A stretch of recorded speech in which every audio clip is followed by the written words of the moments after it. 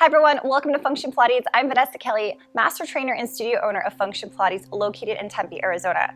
In today's video, I'm going to walk you through a default series of arm exercises facing the back of the reformer to place into your arm category. I'm working on a balanced body piece of equipment, and the spring tension for the default arm series is one red spring, which should be about one spring if you're working on a different model. I understand as a student, this can be overwhelming and challenging as you're beginning to piece together exercises for your client. These videos and tutorials are intended to help you and assist you through the learning process. So if you do like the videos, please don't forget to subscribe, like, and share, and I hope to have you along the journey.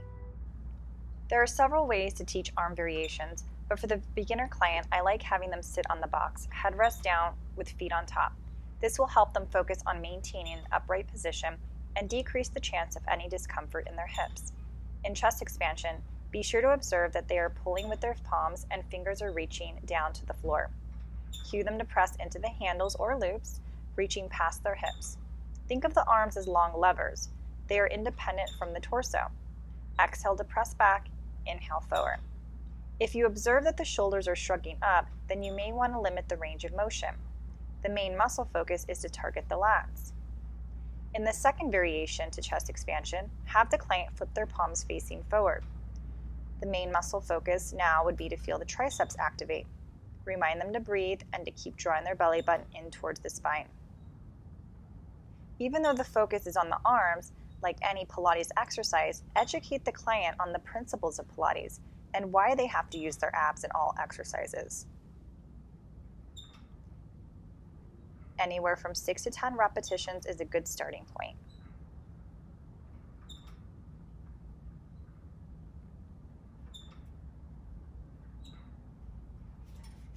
Next, the client will move into reverse hug a tree. Ideally, the arms will be straight or a slight micro bend at the elbow. Exhale to open the arms out to a T.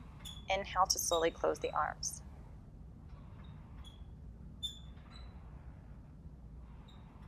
Have them focus on working the back of the shoulder. This would be a good idea to palpate the muscle so they know what should be engaged. Watch that they are not using momentum or throwing their spine out of alignment.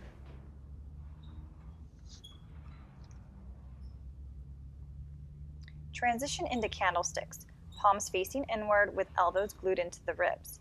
Imagine holding a $100 bill between your elbow and rib cage. Exhale to open the arms as if they were opening up like a book. Inhale to close.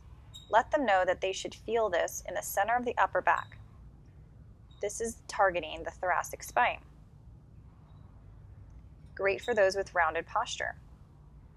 As a reminder, throughout the series, have them look straight ahead and avoid looking down. This could compromise maintaining a neutral spine. Finally, end the arm series with bicep curls.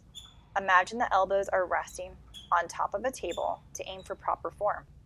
The goal is to co-contract the bicep with the tricep, so watch that their shoulders are not rounding and that the chest is staying wide. Exhale to bend at the elbow and inhale to lengthen the arm. Be slow and deliberate with each movement, not rushing through. And that concludes the beginner arm series facing back.